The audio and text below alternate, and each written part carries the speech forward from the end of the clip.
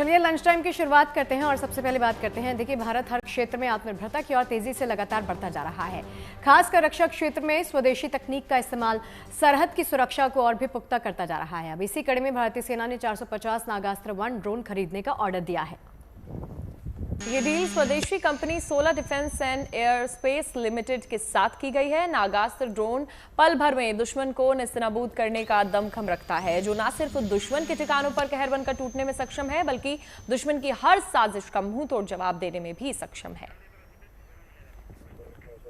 और देखिए, तस्वीरें आपको दिखा रहे हैं। भारत हर क्षेत्र में आत्मनिर्भरता की ओर तेजी से अग्रसर है, उसी की बानगी की ये तस्वीरें, खासकर रक्षा क्षेत्र में जिसकी हम अक्सर बात करते हैं। स्वदेशी टेक्नोलॉजी का इस्तेमाल भी लगातार बढ़ता जा रहा है। अब ड्रोन्स का इस्तेमाल जैसे कि बढ़ता जा रहा है, उसी की तस्वीरें आपको लगातार दिखा रहे हैं। सरहद की सुरक्षा भी मजबूत होगी और साथ ही साथ इस कड़ी में भारतीय सेना ने 450 नागास्त्र 1 ड्रोन खरीदने का ऑर्डर भी दे दिया है। और चलिए, इसी पर ज्यादा बातचीत करने के लिए हमारे सहयोगी मंजीत नेगी हमारे साथ जुड़ गए हैं। मंजीत, देखिए, हम रक्षा क्षेत्र की जब भी बात करते हैं तो टेक्नोलॉजी का जिक्र आता है कि आधुनिक तकनीक का इस्तेमाल करते हुए हम इस तरफ लगातार अग्रसर हैं। अभी इन ड्रोन्स का खरीदना हमारे लिए कितनी कारगर सिद्ध होगा? देखिए, इस वक्त जब देश दुनिया में हम देख रहे हैं किस तरह के हालात हैं, युद्ध क्या है, और ऐसे में सरकार की कोशिश खासतौर से सेनाओं के लिए कि उन्हें स्वदेशी हथियारों से लैस किया जाए, और इसीलिए सोलार इंडस्ट्री जो कि नागपुर स्थित कंपनी है उनको ये ऑर्डर दिया गया है। और ये क्योंकि हमने देखा कि जिस तरह से पाकिस्तान पर जब भारतीय सेनाओं ने कार्रवाई की थी ऑपरेशन सिंदूर के दौरान, उस दौरान भी बहुत सारे, चाहे आकाश मिसाइल सिस्टम की बात करें, बहुत सारे ऐसे ड्रोन थे जिनका इस्तेमाल किया गया, जो स्वदेशी कंपनियों ने या फिर देश की में जो बनाने वाली जो हथियार की PSUs हैं उन्होंने तैयार किए थे। तो ऐसे में स्वदेशी की दिशा में पूरी कोशिश इस वक्त हो रही है कि सेनाओं को स्वदेशी हथियारों से लैस किया जाए, और इसी दिशा में जो नागास्त्र का ऑर्डर दिया गया है सेनाओं के लिए, वो एक बड़ा कदम है। अगर मंजीत हम नागास्त्र की बात करें तो इसकी वो कौन सी खूबियां हैं, वो आपसे जानना चाहेंगे जो सेना के लिए बूस्टर डोज साबित होगा। देखिए, इसमें बहुत सारी चीजें हैं जो कि इसको खास बनाती हैं। चाहे इसकी कॉस्ट इफेक्टिव की बात की जाए, इसी श्रेणी में अगर हम विदेशों से लेने वाले हथियार की बात करें तो वो काफी महंगा है। इसके अलावा इसमें 360 degree munition system gimbal camera इसमें लगाया गया है, थर्मल कैमरे का ऑप्शन इसमें लगाया गया है। इसके अलावा ये वीडियो और टेलीमेट्री दोनों तरह के कम्युनिकेशन को कर सकता है। हाई प्रिसिशन टारगेटिंग सिस्टम इस पर लगाया गया है, और इसका जो पूरा कंटेंट है, 80% इसमें लगने वाले जो कैमरे हैं, हथियार है, सिस्टम्स हैं, वो स्वदेशी हैं। तो ये एक बड़ी बात है। बिल्कुल। चलिए, बहुत बहुत शुक्रिया मंजीत इस पूरी बातचीत को हमारे साथ साझा करने के लिए। जैसा कि आपने बताया है कि रक्षा क्षेत्र में भारत को और भी मजबूती प्रदान करेगा ये ड्रोन। तो रक्षा क्षेत्र में भारत की आत्मनिर्भरता का लोहा आज दुनिया मानती है। बदलते दौरे और आध्यात्मिक तकनीक से लैस हथियारों में हिंदुस्तान की तरक्की किसी से नहीं छिपी है। ऐसे ही शक्ति प्रदर्शन का गवाह 7 समंदर पार पेरिस का आसमान बना, जहां पर भारत के विमानों की ताकत पूरी दुनिया ने देखी। पेरिस एयर शो में हिंद की ताकत की नुमाइश की गई। स्वदेशी मिसाइल से लेकर अनंत आकाश में वायु वीरों का शौर्य। पेरिस के इस एयर शो में न केवल बेहतर तकनीक का प्रदर्शन हुआ, बल्कि भारत के दुश्मनों को संदेश भी दिया गया कि ये नया भारत है, ये बदलता भारत है, ये नापाक साजिशों का मुंह तोड़ जवाब देने वाला भारत है।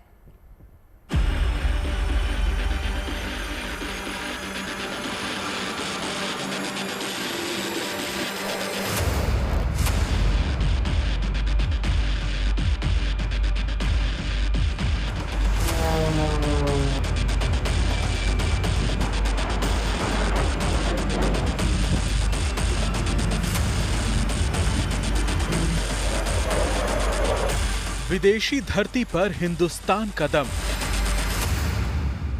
पेरिस के आसमान में हिंद की ताकत, वैश्विक मंच पर आत्मनिर्भरता की प्रदर्शनी।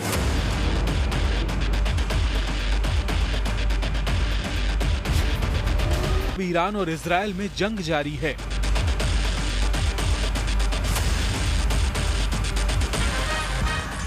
लेकिन इस बीच दूसरी तरफ पेरिस की धरती पर रक्षा क्षेत्र में एक अलग ही तस्वीर देखने के लिए मिली। हाल ही में पेरिस ने एयर शो 2025 का आयोजन किया, जिसमें शामिल होने के लिए कई देश पहुंचे और इस लिस्ट में भारत का भी नाम शामिल था। भारत ने भी पेरिस की धरती पर हिंदुस्तान का दम दिखाया। पेरिस एयर शो का आयोजन 16 से 22 जून तक किया गया, जिसमें अगली पीढ़ी के मानव रहित हवाई वाहन और स्वदेशी रक्षा प्रणालियों सहित स्वदेशी तकनीक का प्रदर्शन किया। और इस वैश्विक मंच पर भारत की आत्मनिर्भरता, सहयोग और रणनीतिक क्षमता भी देखने के लिए मिली। विदेशी धरती पर भारत के दमखम का एक वीडियो डीआरडीओ ने सोशल मीडिया पर साझा किया, जिसमें डीआरडीओ के शो में प्रदर्शित किए गए उपकरणों और प्रणालियों की झलक दिखाई गई। इस वीडियो में डीआरडीओ ने अपनी बीवीआर श्रेणी की हवा से हवा में मार करने वाली मिसाइल को भी दिखाया। बीवीआर श्रेणी की हवा से हवा में मार करने वाली मिसाइल को लड़ाकू विमानों के लिए तैयार किया गया है। इसके अलावा पेरिस में लाइट कॉम्बैट एयरक्राफ्ट यानी LAC एयरफोर्स मार्क 2 को भी दिखाया गया। इसे तेजस के नाम से जाना जाता है। इसे हिंदुस्तान एरोनॉटिक्स लिमिटेड यानी HAL ने बनाया है।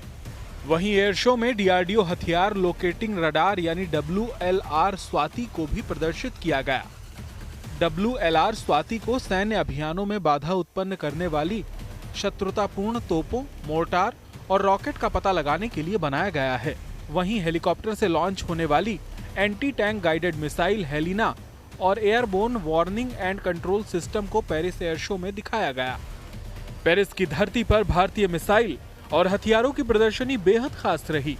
युद्ध के मोर्चे पर हिंदुस्तान की आत्मनिर्भर भारत पूरी दुनिया ने देखी और जब हिंदुस्तान के विमानों ने पेरिस के आसमान में उड़ान भरी तो वो दृश्य देखने लायक था।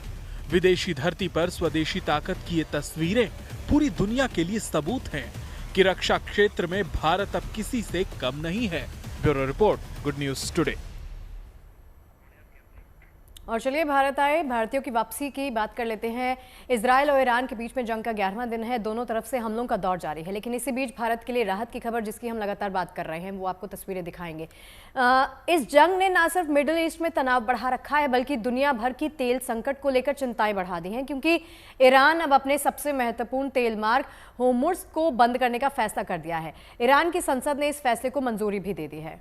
बिल्कुल, तेल के सबसे महत्वपूर्ण मार्ग के बंद हो जाने के बाद माना यह जा रहा है कि दुनिया हिल जाएगी। वहीं भारत के लिए गुड न्यूज ये है कि इसमें रुकावट का भारत पर कोई भी असर नहीं पड़ेगा।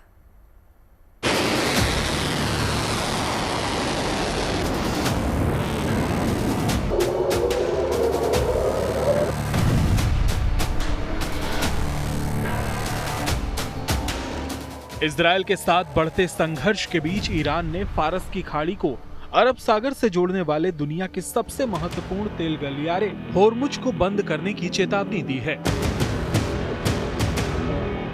संसद में होर्मुज को बंद करने का प्रस्ताव पास कर लिया गया है। माना जा रहा है कि अगर ईरान इसे बंद करता है तो ये कदम दुनिया भर में तेल संकट पैदा कर सकता है। हालांकि अगर ईरान होर्मुज गलियारे को बंद कर देता है तो भारत के लिए अच्छी खबर ये है कि इसका भारत पर कोई असर नहीं होगा, क्योंकि अगर भारत के नजरिए से बात करें तो भारत तेल आपूर्ति के लिए सिर्फ खाड़ी देशों पर निर्भर नहीं है। देश अमेरिका, रूस और अफ्रीका से भी तेल लेता है। आपातकाल जैसी स्थिति के लिए भारत ने बड़े पैमाने पर कच्चे तेल का भंडारण किया हुआ है। भारत अब प्राकृतिक गैस, सोलर पवन ऊर्जा और बायोफ्यूल पर भी ध्यान दे रहा है। भारत के खाड़ी देशों जैसे सऊदी अरब, ईरान, UAE और पश्चिमी देशों सभी के साथ संबंध अच्छे हैं। साथ ही अरब सागर और हिंद महासागर में भारतीय नौसेना की मजबूत उपस्थिति है। Out of the 5.5 million barrels of crude oil that India consumes daily, about 1.5 and 2 million only come through the Straits of Hormuz. We import roughly 4 million barrels through other routes, and our companies, the oil marketing companies, have enough stocks. Most of them have stocks up to 3 weeks. One of them has in fact 25 days stocks. And we are also confident that we can increase the supply of crude through other routes should the situation so warrant. दरअसल होर्मुज जल डमरू मध्य बेहद अहम है। ये कच्चे तेल का 20% और LNG का बड़ा हिस्सा ले जाने वाला मार्ग है। ये गलियारा फारस की खाड़ी को अरब सागर से जोड़ता है, जिससे व्यापार, ऊर्जा आपूर्ति का ये एक अहम रास्ता है। ईरान, अमेरिका और दूसरे देशों के बीच तनाव के चलते ये रणनीतिक तौर पर संवेदनशील है। इस मार्ग के बंद हो जाने से वैश्विक अर्थव्यवस्था पर असर पड़ सकता है, क्योंकि इसके बंद होने से तेल की कीमतें तेजी से बढ़ सकती हैं। यही नहीं, कई देशों की नौसेनाएं यहाँ सक्रिय और अंतर्राष्ट्रीय राजनीति का केंद्र हैं। इसकी इसी अहमियत के चलते इजरायल से संघर्ष के बीच ईरान ने इसे बंद करने का फैसला किया है। यही वजह है कि भारत सरकार की इस घटनाक्रम पर पूरी नजर है और हमारे लिए ये राहत की बात है कि होर्मुज में रुकावट होने से भारत पर कोई असर नहीं पड़ने वाला है। Bureau report, good news today. और चलिए अब आपको बताते हैं कि स्ट्रेट ऑफ हॉर्मुज यानी कि हॉर्मुज जलडमरू मध्य है क्या, इसको समझ लेते हैं। दरअसल हॉर्मुज स्ट्रेट एक संकरा लेकिन बेहद ही अहम जलमार्ग है। फारस की खाड़ी को ओमान की खाड़ी और अरब सागर से ये दोनों को जोड़ता है। ये उत्तरी तट पर ईरान और दक्षिण में मुसंदम प्रायद्वीप के बीच स्थित है। मुसंदम प्रायद्वीप ओमान और संयुक्त अरब अमीरात का हिस्सा है। ये जलमार्ग लगभग 167 किलोमीटर लंबा है और ये अपने सबसे संकरे बिंदु पर लगभग 33 किलोमीटर तक सिमट जाता है। इसमें आने जाने वाले समुद्री यातायात के लिए 3 किलोमीटर चौड़ी शिपिंग लेन निर्धारित है। फारस की खाड़ी से कच्चे तेल ले जाने के लिए तेल टैंकर्स के लिए एकमात्र समुद्री मार्ग होता है। वैश्विक ऊर्जा सुरक्षा के लिए दुनिया के सबसे महत्वपूर्ण क्रूड ऑयल इंपोर्ट कॉरिडोर में से एक माना जाता है, जिस बीच 17 मिलियन बैरल तेल या विश्व की कुल तेल खपत का लगभग 20 से 30% हर रोज इस मार्ग से होकर गुजरता है। इजरायल और ईरान के बीच में जंग का 11वां दिन है और दोनों तरफ से हमलों का दौर जारी है। लेकिन इसी बीच भारत के लिए एक राहत भरी खबर आई है कि ईरान में फंसे भारतीयों को सुरक्षित स्वदेश लाने का दौर जारी है। युद्ध स्तर पर केंद्र सरकार की ओर से ऑपरेशन सिंधु चलाया जा रहा है। इसी कड़ी में देर रात एक विशेष विमान भारतीयों को लेकर दिल्ली एयरपोर्ट पहुंचा, जहां केंद्रीय राज्य मंत्री पवित्रा मार्गरीटा उनके स्वागत के लिए मौजूद थे। ईरान से लौटने वालों में छात्रों के साथ दूसरे लोग और उनके परिवार वाले भी शामिल हैं और वतन वापसी को लेकर इन सभी के चेहरे खुशी से चमक रहे थे तो अपनों से मिलकर भावुक हो रहे थे। साथ ही भारत के इस ऑपरेशन का सभी जमकर तारीफ भी करते हुए नजर आए।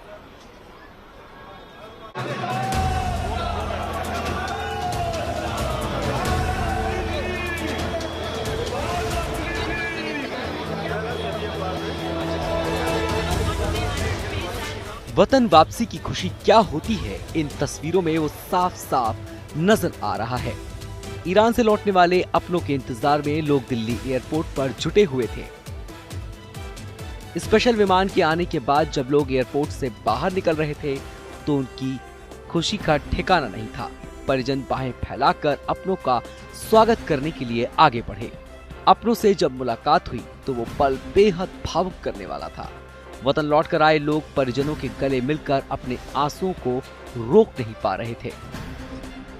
ये खुशी के आंसू थे, खुशी वतन वापसी की, खुशी अपनों के सकुशल आने की।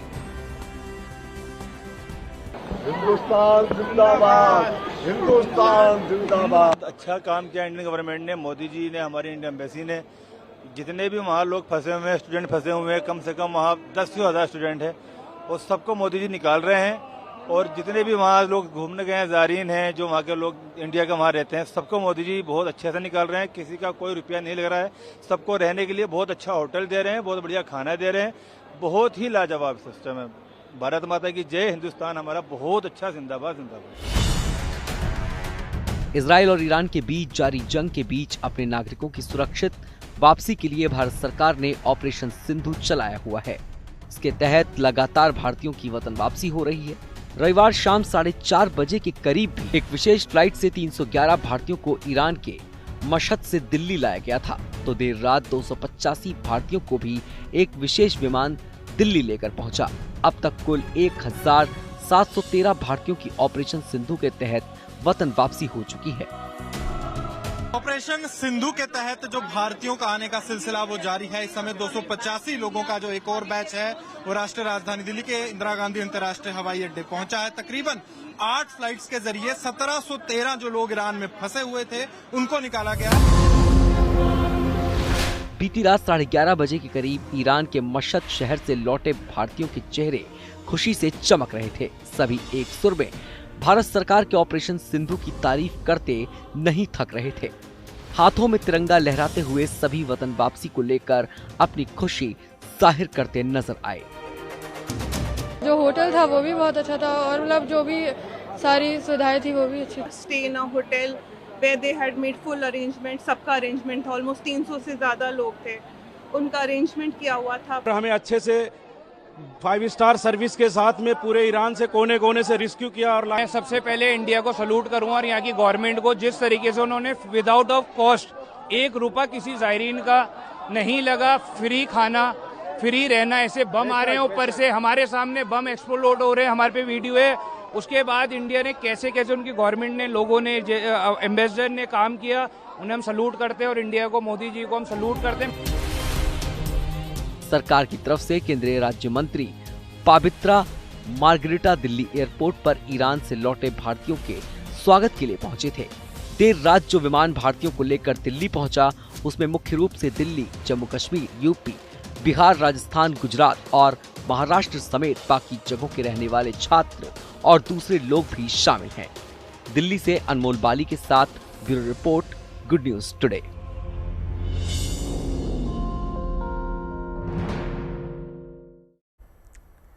ईरान और इजरायल के बीच जारी संघर्ष में भारत सरकार अपने नागरिकों की सुरक्षित घर वापसी करवा रही है। ऐसे में भारतीयों की सुरक्षित घर वापसी के लिए बड़े स्तर पर ऑपरेशन सिंधु चलाया जा रहा है, जिसके तहत एक विशेष विमान के तहत ईरान से छात्रों की वापसी करवाई जा रही है। देखिए, ईरान इजरायल संघर्ष के बीच ऑपरेशन सिंधु के तहत अब तक कुल 1713 भारतीयों को निकाला गया है। रविवार रात 11:30 बजे एक प्लेन 285 नागरिकों को लेकर नई दिल्ली पहुंचा। इससे पहले 21 जून यानी शनिवार को 600 भारतीयों का सफलतापूर्वक रेस्क्यू किया गया। इससे पहले 20 जून को भी एक प्लेन भारतीयों को लेकर वापस लौटा था, जिसमें करीब 407 लोग शामिल थे। वहीं इससे पहले 19 जून यानी कि जब ऑपरेशन सिंधु की शुरुआत हुई, तब 110 भारतीय दिल्ली पहुंचे थे। अगले 2 दिन के लिए 2 से 3 फ्लाइट आने भी वाली है। इसके अलावा इजरायल से भी भारतीयों को सुरक्षित वापस लाने के लिए अभियान लगातार चलाया जा रहा है। 160 भारतीयों का जत्था इजरायल से निकाल लिया गया है, जो जॉर्डन पहुंच गया है। आज से ये बैच दिल्ली पहुंचेगा। इजरायल में करीब 40,000 भारतीय नागरिक हैं, जिनमें केयर गिवर, छात्र, मजदूर शामिल हैं और इन सभी को वापस लाया गया है।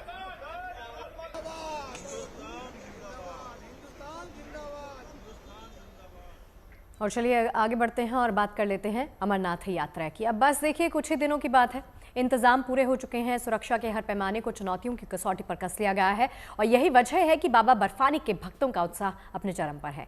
3 जुलाई से पवित्र अमरनाथ यात्रा का शुभारंभ होने जा रहा है। दुर्गम पहाड़ों से होकर गुजरने वाली इस पावन यात्रा में तीर्थयात्रियों का संपर्क उनके परिजनों से ना टूटे, इसके भी खास इंतजाम कर दिए गए हैं। यानी अब यात्रा में सुरक्षा सुविधा के साथ साथ परिजनों से संपर्क करने की सुविधा भी कर दी गई है।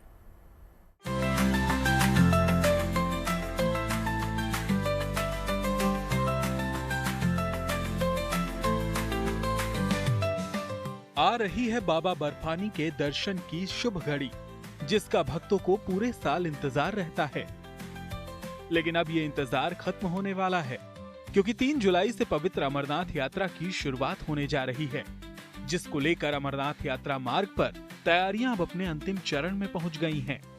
बाबा बर्फानी का ये पावन धाम हजारों लाखों भक्तों के लिए आस्था का प्रमुख केंद्र है, जहां हर साल बड़ी संख्या में श्रद्धालु अपने आराध्य भोले बाबा के अलौकिक स्वरूप के दर्शन पूजन के लिए पहुंचते हैं। लिहाजा भक्तों की सुविधा और सुरक्षा को ध्यान में रखते हुए अमरनाथ यात्रा मार्ग पर खास तैयारियां की जा रही हैं। चूंकि बाबा बर्फानी का ये पावन धाम जम्मू कश्मीर के अनंतनाग जिले में दुर्गम पहाड़ियों के बीच मौजूद है, ऐसे में यहाँ पहुँचने वाले श्रद्धालुओं के लिए मोबाइल कनेक्टिविटी एक बड़ी समस्या रहती है, जिसे दुरुस्त करने के लिए BSNL ने आत्मनिर्भर भारत हाईटेक टेक्नोलॉजी लॉन्च की है, जिसके तहत यात्रा मार्ग पर 67 नए टावर लगाए जा रहे हैं। खास बात है कि नए टावर के जरिए पूरे यात्रा मार्ग पर श्रद्धालुओं को BSNL के 4G नेटवर्क की सुविधा मिलेगी। तो ये स्वदेशी टेक्नोलॉजी और हमारे आत्मनिर्भर भारत कार्यक्रम के द्वारा है, तो ये बहुत गर्व की बात है।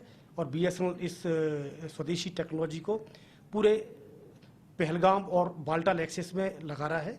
इसके तहत हम करीब 67 टावर्स लगा रहे हैं, जो कि यात्रियों को seamless connectivity, high speed internet की सेवा प्रदान करें।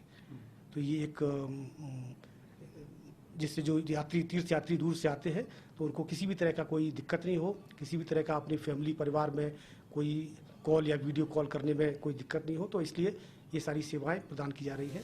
कोशिश यही है कि अमरनाथ यात्रा मार्ग पर श्रद्धालुओं को बेहतर सुविधा मिल सके और श्रद्धालु यात्रा मार्ग पर कहीं से भी अपनों को वीडियो और ऑडियो कॉल बिना किसी परेशानी के कर सकें।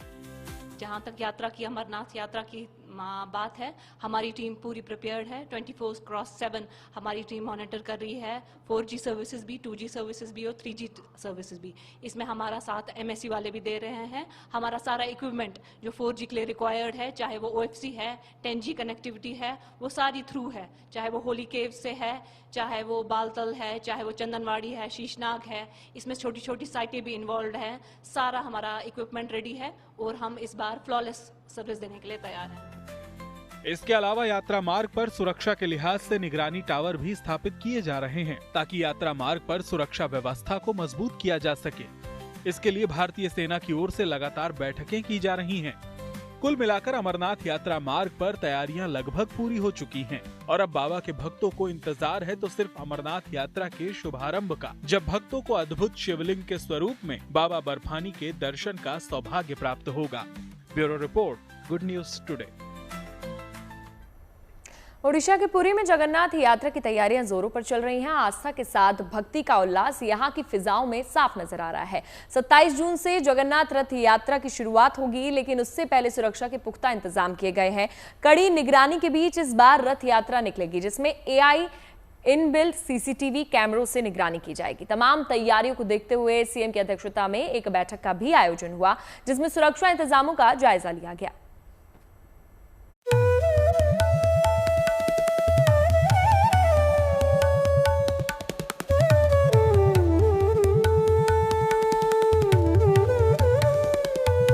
भगवान जगन्नाथ की नगरी में सजने जा रहा है आस्था का सबसे बड़ा दरबार। पुरी में फिर बहेगी भक्ति की रसधार, फिर भक्ति के सागर में उतरेंगे श्रद्धालु।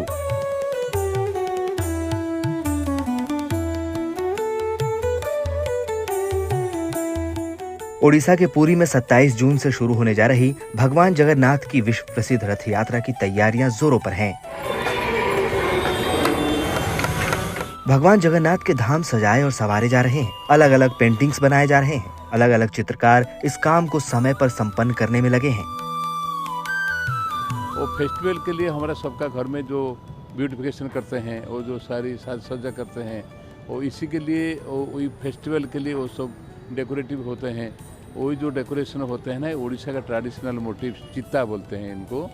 वही चित्ता को लेके हम काम करता हूँ। इसी का ऊपर रथ चलेगा, 3 रथ चलेगा। 3 रथ रहने के लिए भी जगह है, इनके जगह के लिए भी पेंटिंग कंप्लीट हो गया। अभी तो 3 साल हो गए हम काम करता है, सारा दिन रात परिश्रम काम करता है। हम शुद्ध नॉनवेज नहीं खा के, पूरा शुद्ध शाकाहारी खा के सारा दिन सारा रात हम काम करते हैं। सब हमको बहुत आनंद लगता है। हम इस यहाँ पर बड़दान पर काम, हमको बहुत प्राउड भी लगता है कि जगन्नाथ को सेवा भी मिलता है। हर साल भगवान जगन्नाथ की इस भव्य रथ यात्रा में लाखों की तादाद में भक्त पहुंचते हैं। ऐसे में सुरक्षा एक बड़ा अहम मुद्दा है, क्योंकि इतनी बड़ी तादाद में भक्त इस यात्रा में जुटते हैं। ऐसे में खतरा हर पल बना रहता है, जिसके लिए विशेष तैयारियां की जा रही हैं। भुवनेश्वर में CM मोहन चरण मांझी की अध्यक्षता में एक बैठक हुई, जिसमें कई अहम फैसले लिए गए। महाप्रभु जगन्नाथ जी की विश्व प्रसिद्ध रथ यात्रा और उत्सव कैसे अच्छा और सुपरिचालित होगा, उसको सुनिश्चित करने के लिए आज का बैठक वहाँ बुलाया गया था। सारी दुनिया के लोग इसी दिव्य अवसर का इंतजार कर रहे हैं। इसके लिए पूर्व प्रस्तुति पहले से ही अधिकारी लेवल पर, एडमिनिस्ट्रेशन लाइन पर, और उनके साथ साथ एक मिनिस्ट्री कमेटी भी हम बनाए थे, और सब कमेटी आज फॉर टाइम वो सब बैठक प्रस्तुति ऑलरेडी कंप्लीट हो चुका है।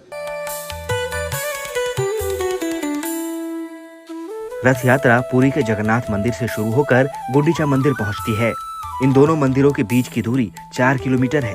इस दौरान भीड़ की वजह से खतरा बना रहता है, लेकिन इस बार विशेष तैयारियां की गई हैं।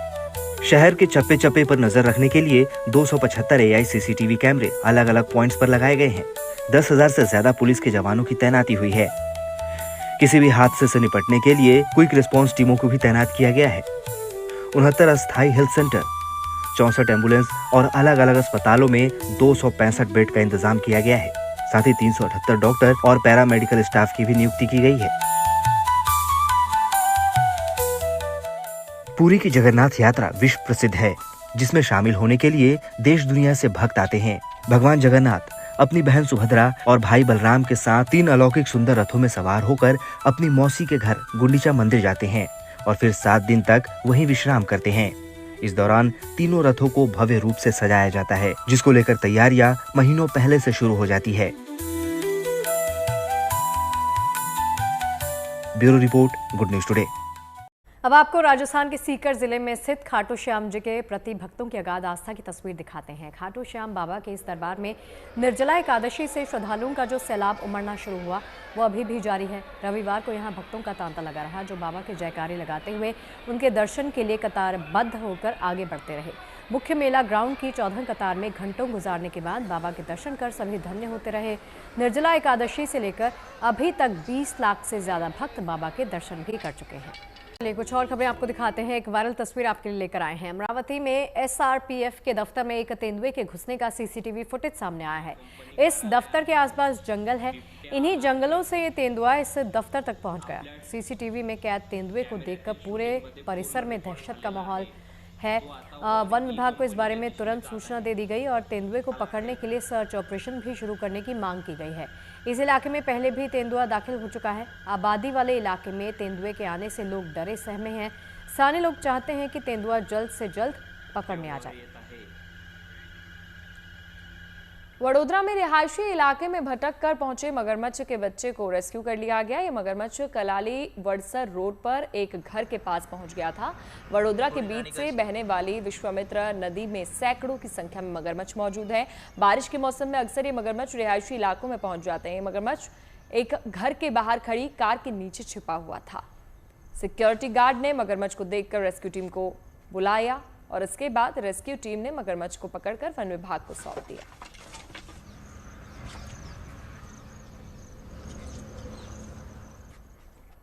बात मौसम की कर लेते हैं। नर्मदा नदी के तट पर बना केवड़िया का जंगल सफारी इन दिनों 3 नए मेहमानों से गुलजार है। दरअसल यहां पर अफ्रीकन प्रजाति के 3 चिंपैंजियों के परिवार को लाया गया है, जिन्हें देखने के लिए दूर दूर से सैलानी पहुंचते हैं। देखिए हमारी खास रिपोर्ट।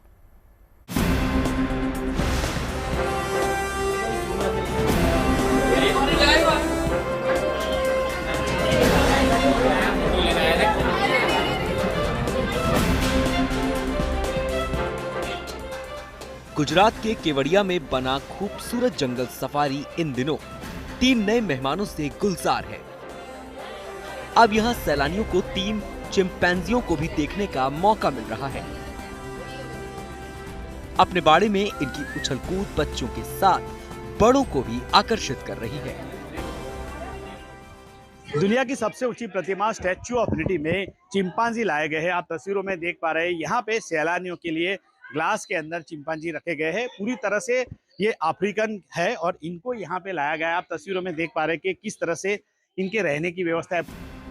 इन्हें अबू धाबी के कैपिटल जू एंड वाइल्ड लाइफ से लाया गया है। इन 3 चिंपैंजियों में एक नर निको और 2 मादा सूजी और एमिलिया शामिल हैं, जिन्हें देखकर दर्शकों को काफी मजा आ रहा है। बहुत अच्छा लगा ये सब देख के। हमें यहाँ की फैसिलिटी हमको बहुत अच्छी लगी, तो खासकर बच्चों लोगों को। और मेरे पेरेंट्स भी सीनियर सिटीजन हैं, लेकिन व्यवस्था काफ़ी बहुत अच्छी है यहाँ पर। इन चिंपैंजियों का यहाँ खास ख्याल रखा जा रहा है। इनके लिए खास तौर पर एक विशाल और सुरक्षित पिंजरा बनाया गया है। पिंजरे में अफ्रीकी जलवायु की तरह ही माहौल दिया गया है। अनुभवी डॉक्टर्स की पूरी एक टीम इनकी देखभाल में जुटी हुई है। स्पीशीज हम लोग यहाँ पे पब्लिक को डिस्प्ले कर रहे हैं। उसमें एक और रत्न जुड़ने जा रहा है, चिंपैंजी, और वो भी हमारे कोशिशों से एक परिवार बन गया है। हालांकि अंग्रेजी में चिंपैंजी के परिवार को पार्टी बोला जाता है, तो वो पार्टी तैयार हो चुका है। जिससे कि यहाँ पे जो भी दर्शक आएंगे उनका मनमोहन ये चिंपैंजी करेंगे। स्टैचू ऑफ यूनिटी के पास बने इस जंगल सफारी में बड़ी संख्या में पर्यटक पहुंच रहे हैं। बारिश के मौके पर ये जगह और भी खूबसूरत हो जाती है। सैलानी अपने बच्चे और परिवार के साथ स्टैचू ऑफ यूनिटी घूमने आए हैं, जहां पे वो चिंपांजी अब देख पाएंगे। नरेंद्र पेपरवाला, नर्मदा। अब बात कर लेते हैं मौसम की। देश का कोना कोना इन दिनों मानसून का मेहरबान है। तपिश और उमस से राहत दिलाने वाली तस्वीरें जम्मू कश्मीर से लेकर झारखंड तक से सामने आ रही हैं। कहीं रिमझिम तो कहीं झमाझम फुहारों के बीच हर कोई गर्मी से राहत की सांस ले रहा है। तो वहीं पहाड़ों पर भी मौसम सुहाना नजर आ रहा है। जम्मू कश्मीर के उधमपुर में बारिश की फुहारों ने घाटी में बीते कुछ दिनों से गर्मी से परेशान लोगों को राहत वाली सौगात दी है। तो वहीं गुजरात में भी भारी बारिश का दौर जारी है। पोरबंदर में जमकर बादल बरसे तो मौसम गुलजार नजर आया। रेतीली धरती राजस्थान में भी इन दिनों मौसम की मेहरबानी जारी है। 12 में रिमझिम फुहारों ने लोगों को उमस से राहत दी। इसी बीच आज दिल्ली में बारिश और तेज हवा चल सकती है। और सबसे बड़ी राहत वाली बात यह है कि अगले 1 से 2 दिन में मानसून दिल्ली में दस्तक दे सकता है। तो वहीं आज भी उत्तर प्रदेश समेत 8 राज्यों में बारिश का अलर्ट जारी है। झारखंड में मूसलाधार बारिश का दौर जारी है, जिसके बाद कई इलाकों में जल भराव जैसे हालात दिखे। हिमाचल प्रदेश के मनाली में शिंकुला दर्रा बर्फ से पटा पड़ा है। यहाँ बड़ी संख्या में सैलानी घूमने के लिए आ रहे हैं।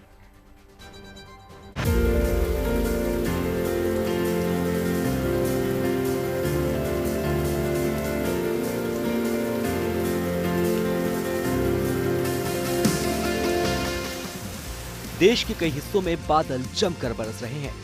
उत्तर प्रदेश, मध्य प्रदेश, हिमाचल प्रदेश, जम्मू कश्मीर, पंजाब से लेकर झारखंड तक के कई हिस्सों में अच्छी खासी बारिश देखने को मिली है।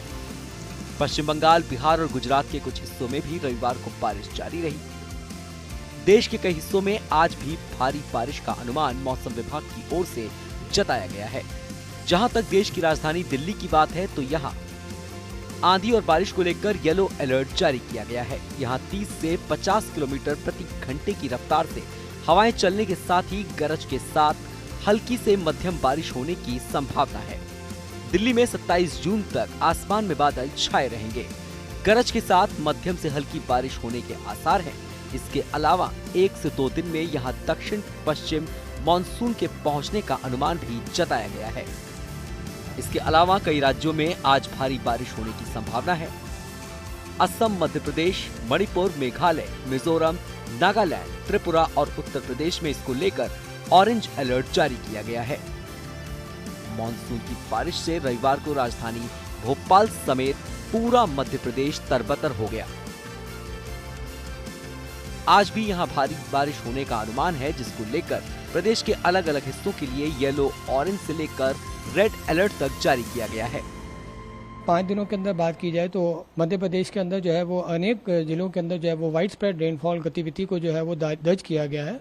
मौसम केंद्र भोपाल की तरफ से जो है वो डे 2 के अंदर जो है वो रेड वार्निंग को भी दिया गया है, जो कि शाहजहाँपुर, राजगढ़, उज्जैन और आगर मालवा जैसे जिलों के अंदर जो है वो रेड वार्निंग को भी दिया गया है। अर्थात काफ़ी ज़्यादा रेनफॉल जो है वहाँ पे रहने की उम्मीद डे 2 के अंदर बनी रहेगी। दक्षिण पश्चिम मानसून हिमाचल प्रदेश के अधिकांश हिस्सों, लद्दाख के अलावा जम्मू कश्मीर के ज्यादातर हिस्सों और पंजाब के कुछ हिस्सों में आगे बढ़ गया है। अगले 1-2 दिन में उत्तरी अरब सागर, हिमाचल प्रदेश और जम्मू के बाकी बचे हिस्सों, इसके अलावा राजस्थान, पंजाब, हरियाणा, चंडीगढ़, दिल्ली के कुछ हिस्सों और पश्चिमी उत्तर प्रदेश में मानसून के आगे बढ़ने के लिए हालात अनुकूल बने हुए हैं। भोपाल से रवीश पाल सिंह के साथ bureau report, good news today.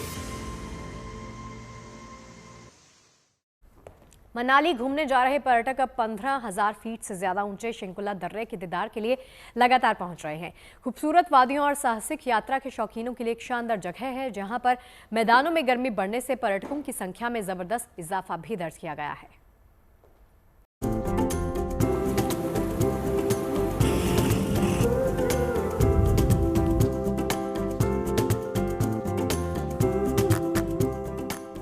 गर्मियों में जब मैदान तपने लगे, पंखे, कूलर और एसी के बीच जिंदगी कैद सी लगने लगी, तो पहाड़ों की खुली हवा और बर्फबारी का अलग ही मजा आता है। ऐसे मौसम में शिंकुला दर्रा पर्यटकों की पहली पसंद में से एक है। जून के महीने में बर्फ से ढके रहने वाले शिंकुला दर्रा 16,580 फीट की ऊंचाई पर बसा है। माइनस तापमान के बीच ये जगह सैलानियों के लिए खास है। जब देश के ज्यादातर हिस्सों में गर्मी अपने चरम पर है और तापमान 40 से 45 डिग्री सेल्सियस के पार, ऐसे में माइनस डिग्री के करीब है यहाँ का तापमान। यहाँ पर देश भर से बर्फ देखने के लिए बड़ी संख्या में सैलानी पहुंच रहे हैं। सैलानी यहाँ पर सुंदर नजारे के साथ बर्फ के बीच मौज मस्ती करते नजर आ रहे हैं। सफेद बर्फ की चादर ओढ़े ऊंचे बर्फीले पहाड़ इसकी खूबसूरती में चार चांद लगा रहे हैं। यहाँ आकर लोग कह रहे हैं कि ये जगह धरती पर जन्नत जैसी लगती है। यहाँ पहुंचे हर सैलानी के लिए ये मौका खास है। अलग अलग जगहों से पहुंचे लोगों की यहाँ को लेकर एक ही राय है। जन्नत जो कहते हैं ना, जन्नत धरती पर है तो यही है, क्योंकि दिखता है नेचर जो है ना अभी भी प्रिजर्व है। अगर हम इसको संभाल के रखेंगे तो ये बहुत अच्छा है। और दिल्ली में देखो टेम्परेचर 45 फील लाइक 50 या 52 हो जाता है इंडेक्स। यहाँ पे देखो माइनस में टेम्परेचर है। यहाँ आगे आपको जैकेट पहननी पड़ती है, स्वेटर पहनना पड़ता है, कैप लगाओ, एक अलग ही फीलिंग है। इसको मतलब आदमी वर्ड्स में बता नहीं सकता भी क्या फीलिंग है। चारों तरफ देखो माउंटेन्स के ऊपर सारे ग्लेशियर्स हैं। आप बर्फ़ देखो, बर्फ़ देखने में कैसी लग रही है, आंखें भी नहीं खुल रही इसको। अगर चश्मा हमने ना लगाया हो तो आंखों को इतनी रोशनी इतनी ज़्यादा है, उसकी हमें चमक भी इसकी लग रही है आंखों पे। और फीलिंग अलग ही है बर्फ़ की। चारों तरफ स्नो पीक माउंटेन्स हैं, इनको जितनी बार देखो निहारते रहो, दिल ही नहीं करता यहाँ से नीचे जाने का कि नीचे जाए। हिमालय की गोद में बसा शिंकुला दर्रा मनाली से 140 किलोमीटर की दूरी पर है। ये दर्रा 16,580 फीट ऊंचाई पर है। शिंकुला दर्रा सैलानियों की पहली पसंद में शामिल है। यहाँ रोजाना सैकड़ों की संख्या में देश भर से पर्यटक पहुँचते हैं। जून महीने में भी यहाँ पर बर्फ के दीदार हो जाते हैं। पर्यटकों के लिए गर्मी से राहत पाने की ये खास जगह है। बर्फ से खेलते और सेल्फी लेते पर्यटकों के लिए यहाँ का अनुभव अपने आप में अनूठा है। काफ़ी अच्छा एक्सपीरियंस रहा। काफ़ी मौसम बहुत ही ठंडा, यहाँ पर ऑक्सीजन थोड़ा सा लो है, बट फिर भी टेम्परेचर माइनस में है, बट बहुत इंजॉय कर रहे हैं। चारों तरफ काफ़ी स्नो है यहाँ पर। यहाँ पे बहुत अच्छा लग रहा है। जैसे वो एसी की हवा में इतना मज़ा नहीं आता था, जो यहाँ पे नेचुरल हवा में आ रहा है। चारों तरफ व्यू ऐसे लग रहा है जैसे जन्नत में आ गए हैं। मतलब बहुत मज़ा आ रहा है। रास्ते भी बहुत बढ़िया थे, बहुत मज़ा आया रास्ते में। पूरी लेह वाली रोड थी, बड़ा मज़ा आया मुझको। यहाँ की ताजी हवा, ठंडा मौसम और बर्फीली वादियों को लोग सालों तक नहीं भूल पाते हैं। वो यहाँ से शानदार यादें समेटते हुए लौटते हैं। शिंकुला दर्रा से Manvinder Arora, good news today.